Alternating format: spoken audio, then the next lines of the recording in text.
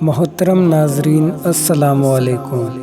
ایک شخص نے بچڑا ذبح کیا اور اسے آگ پر پکا کر اپنے بھائی سے کہا کہ ہمارے دوستوں اور پڑوسیوں کو دعوت دو تاکہ وہ ہمارے ساتھ مل کر اس کو کھائیں۔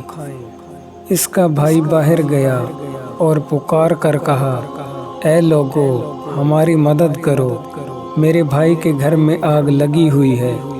کچھ ہی دیر میں لوگوں کا ایک مجمع نکلا اور باقی لوگ کام میں لگے رہے جیسے انہوں نے کچھ نہ سنا ہو۔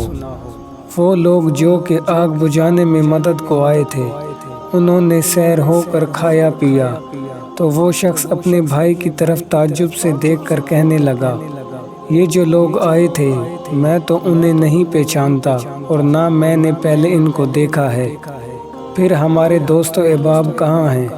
بھائی نے جواب دیا کہ یہ لوگ اپنے گھروں سے نکل کر ہمارے گھر میں لگی آگ بجھانے ہماری مدد کو آئے تھے، نہ کہ دعوت میں، اسی لیے یہی لوگ مہمانی اور مہربانی کے مستحق ہیں۔